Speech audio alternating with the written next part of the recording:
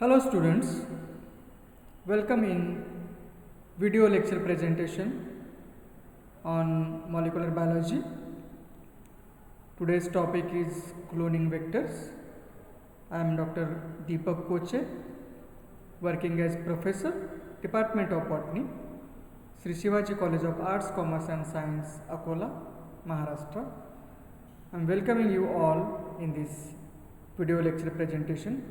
Friends, when we talk about the gene cloning or DNA cloning, we require a number of tools like restriction enzymes, then cloning vectors that we are going to see, ligases, and of course the host cell that we required for this experiment. Okay, so today's topic is cloning vector. We will discuss about what exactly is the cloning vector and what different types of cloning vectors are there, and what are the different properties of cloning vectors, and how to select the ideal cloning vector, and some other aspects related to this. So friends, when we talk about these cloning vectors, it is a small piece of DNA that can be stably maintained in an organism and into which a foreign DNA fragment can be inserted for cloning purpose. That particular piece of DNA is called as the cloning vector. Okay. In other words, the cloning vectors are the DNA molecules that carries foreign DNA into a host cell, replicate inside host cell, it may be a bacteria or yeast, and produces many copies of itself along with the foreign DNA. Okay, so this is more correct definition as per me.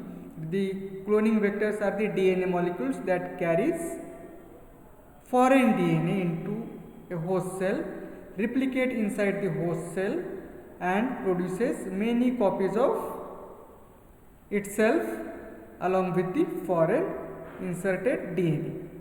Okay. Now here are some common features or common properties of the cloning vectors. So it must have the ability to promote autonomous replication. That means it must be self replicable. जो भी आप DNA molecule vector करके use कर रहे हो, it must be self replicable. Okay. It must have to contain a genetic marker, usually dominant genetic marker, so that you can select it when after screening process. Okay. The unique restriction sites to facilitate cloning of insert DNA must be there in that particular vector. Okay. Then a minimum amount of non-essential DNA should be there. So these are certain unique features of a cloning vector.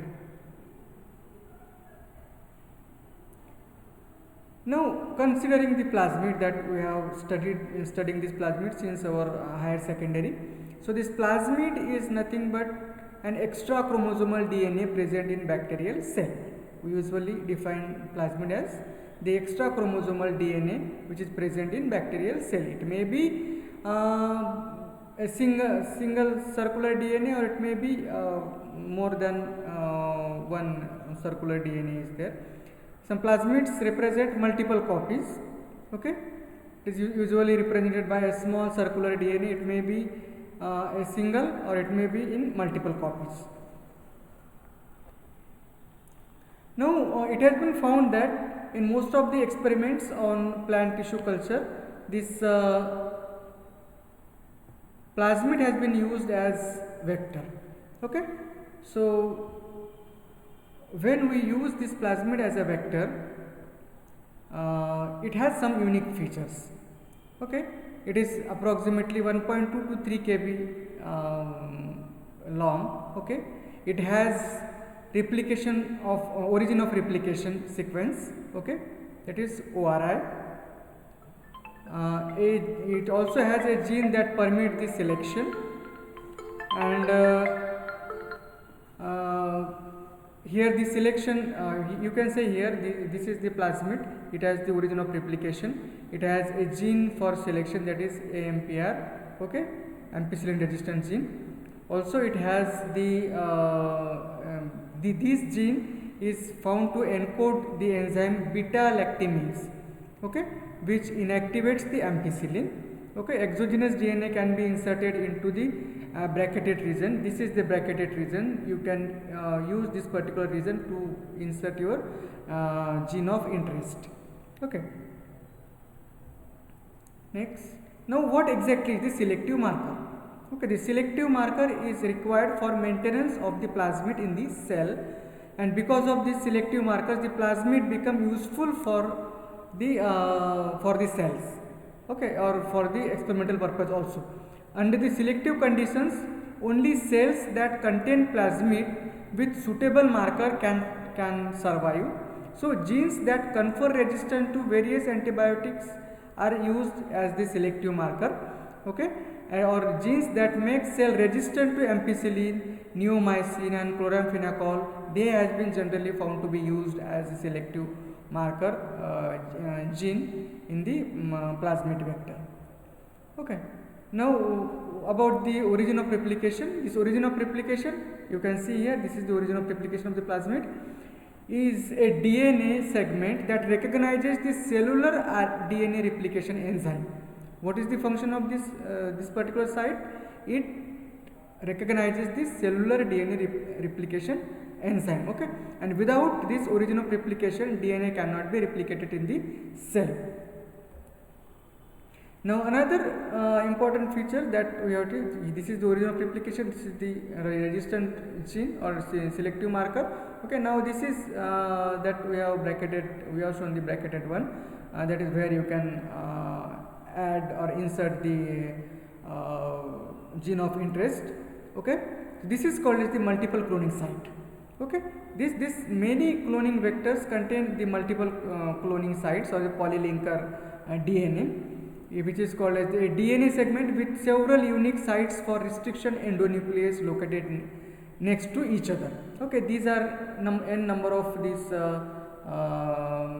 restriction endonuclease or restriction enzymes. Okay, restriction sites of the polylinkers are not present anywhere else in the plasmid. They are present only in the polylinker area. Okay, cutting plasmid with one of the restriction enzyme that recognize or a particular site on the polylinker does not disturb the place of the another. Okay, this is one of the unique feature of this, that is, if you select the echo R1, it will not disturb the another one. Okay, so this is the important thing regarding this multiple cloning site, which has n number of restriction sites. Okay, this multiple cloning sites has the genes to be cloned. You can clone that particular a particular gene to that particular polylinker site. Okay, so suppose this is your vector. Okay, now you use the EcoRI. Now there will be a cut on that particular portion EcoRI, and you can insert your gene of interest to that particular position of EcoRI. Okay, this and now this becomes the recombinant DNA molecule or recombinant vector. Now coming towards the types of cloning vector, depending on your objective and size of genes to be inserted, okay, one has to select suitable cloning vector. The vector is chosen according to the size and types of DNA to be cloned.